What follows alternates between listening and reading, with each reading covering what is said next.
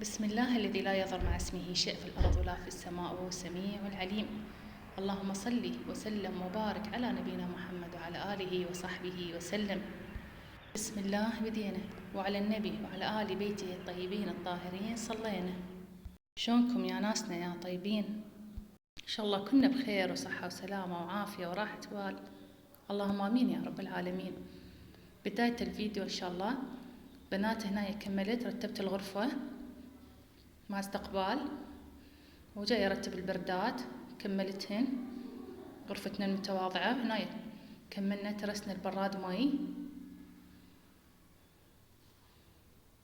انتوا قولولي شلونكم ويا الحار يا بنات. بداية الشغل أول شي تقولين شلون راح أكمل ويكون عندي تعب وخمول بسبب الحار أجواء، بعدين شوية شوية يكمل تسهيل وحفظ الله رب العالمين، وكله خير ونعمة من الله يا بنات. إذا عندك فخاذ وحايرة شو تسوين غدا، هاي الفخاذ تفورينهن بالمي وبعدين فور واحد يفورن وتكبين ميهن يا بنات، تحطين عليهن مي وملح وتخلينهن يفورن. هنا يتمن الشعرية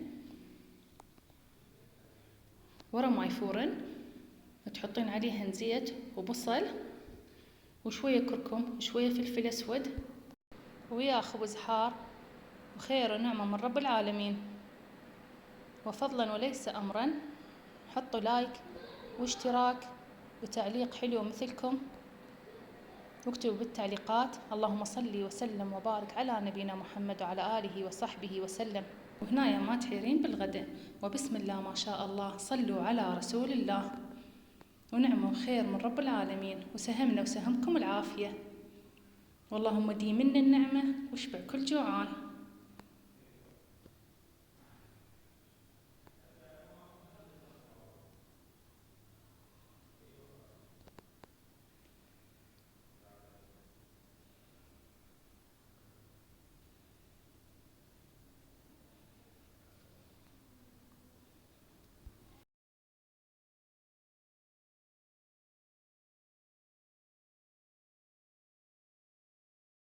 ونص قلاص حليب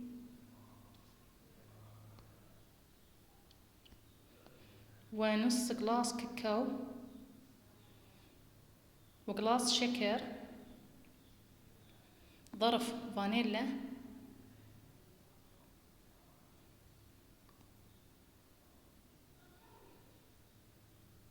وظرف باودر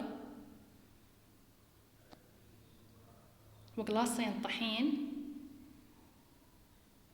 ونخلط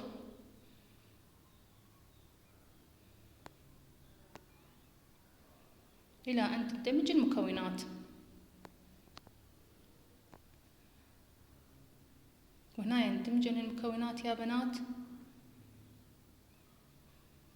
ونحطها على الطباخ من نص النار.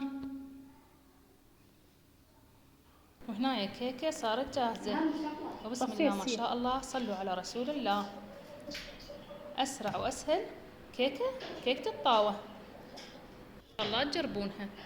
وبنات أتشرف بالمشتركات الجديدات والمشتركات القديمات، إن شاء الله أكون عند حسن ظنكم. الله ما تطلعون من الفيديو إلا وأنتم مستفادين بهواي أشياء. تكبر القناة بدعمكم يا أحلى ناس.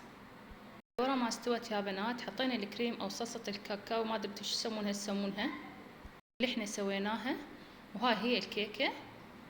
وسهمنا وسهمكم العافية. هذا التعب لازم عناية يا بنات. تجيبين عشبة الكركديه من العطار تطحنينها بالطاحونة اللي هي بها فوائد هواية يا بنات للبشرة. هنا انطحنت لازم تطحنينها حتى تصير ناعمة. وهنايا شكر تطحنين وياها حتى يصير ماسك كامل للبشرة. ورا ما انطحن يا بنات، وبعدين تحطين أي زيت متوفر، زيت اللوز، زيت الجوز، ما عندك لا تقيدين، حطي حليب هم يصير. وهنايا والله أنا حطيت مي بس شوية يعني على مود تصير متماسكة. وتحطينها على الوجه، تفركينهن، وبعدين تحطين أي غسول عندك.